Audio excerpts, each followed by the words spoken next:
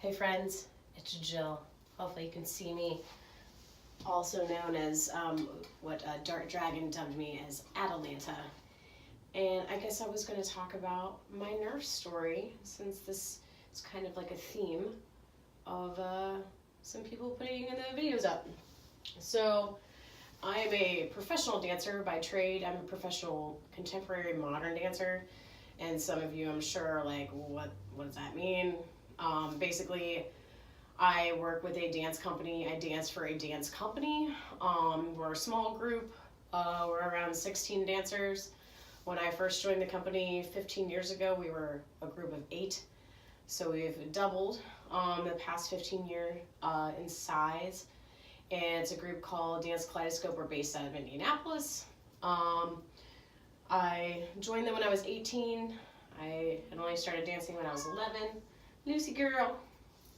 She's been howling today. You want to say hi? Want to say hi? Oh, no, she's like, I don't want to say hi. This is Lucy girl. She's my black cat. She's always mischievous. She's super sweet, though. Yes, so sweet. Like a little donut. Yeah, you curl up in a little donut. So anyway, we put on concerts about 4 to 5 times a year.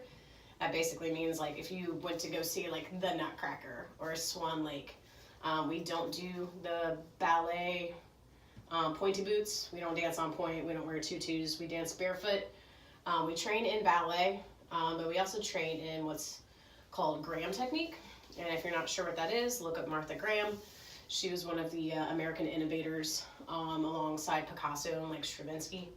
Well, Stravinsky wasn't American, but she's one of the geniuses of the 20th century, and she basically is the reason why I have a job and why women can be strong on stage, because before that time, mainly, like, female ballet dancers only portrayed, like, the princess or the fairy, and she was like, no, women can be strong, they can be beasts, they can be gods and goddesses.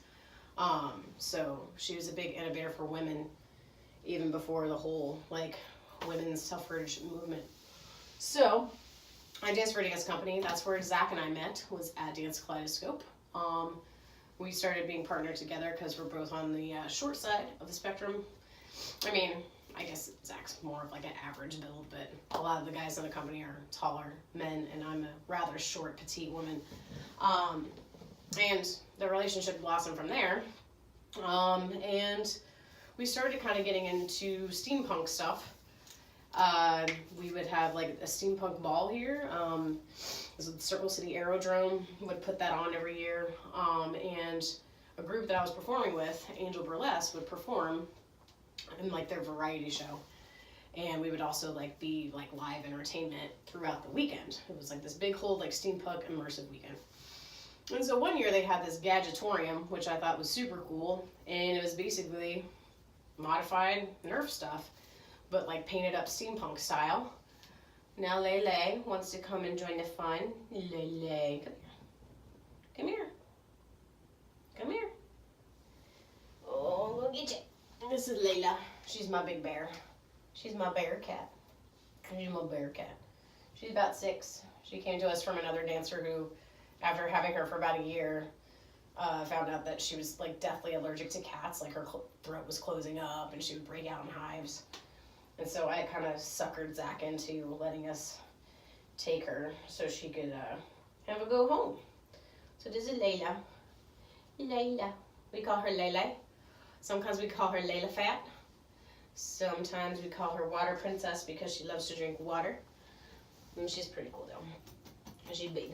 Yes. Oh, yes, get that belly. So anyway, Zach was like, that's really cool. They have this gadgetorium. I want to paint some stuff. And so, you know, he did a YouTube search, and then it kind of just, like, came out of control from there. For him, I was like, yeah, do whatever makes you happy. I don't care. So he started, like, opening stuff up and doing paint jobs. And see, I'm more of, like, the artsy kind of person. Like, I like doing crafts and painting and stuff like that. So, you know, whenever he needs, like, a name, you know, put on. Are you gonna do that right now? Okay. Cats. I would usually do, like, the writing or whatever on it. So we found out about the group down south in Georgia called the SENC. And it happens that my grandma, my mom's mom, moved down there a few years ago, and she lived pretty close to Atlanta. So we're like, hey, we can go see my grandma and go to a Nerf war. And like, I was pretty hell bent on like, I'm not playing. Like, this is kind of silly, and it seems kind of dumb. Of course, like the typical girl thing to say. But I didn't really realize how athletic it was, and I really do enjoy that. I'm not really a sports person. But I do like the challenge of like using your body as a form of like, you know, doing cool stuff with. So he's like, I'm going to build you a blaster. This is all Zach talking. I'm going to build you a blaster. You're going to play. It's going to be great. So he did some really cool mods and brought them down. And we played with the SENC in, I think, March of 2016, something like that, 2015, I can't even remember.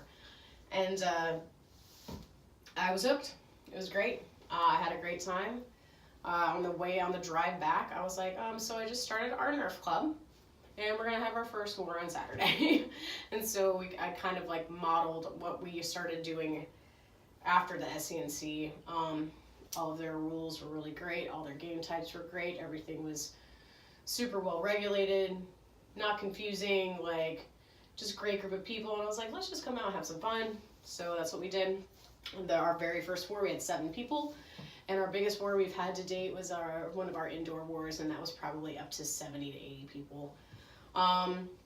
We've had a lot of people come and go, which is, you know, that's so typical in a hobby like this. Is like people get really into it, and then, you know, life happens and whatnot. But I have enjoyed being like the co-founder of the Naptown Nerf Club, and also helping Zach. I don't really do a lot of modding. He talks about, you know, wiring and MOSFETs and stuff, and I'm just like, yeah, I mean, it's not that I don't care about it, it's not my digs. If you want me to paint something and help you hydro dip, I'm down for that.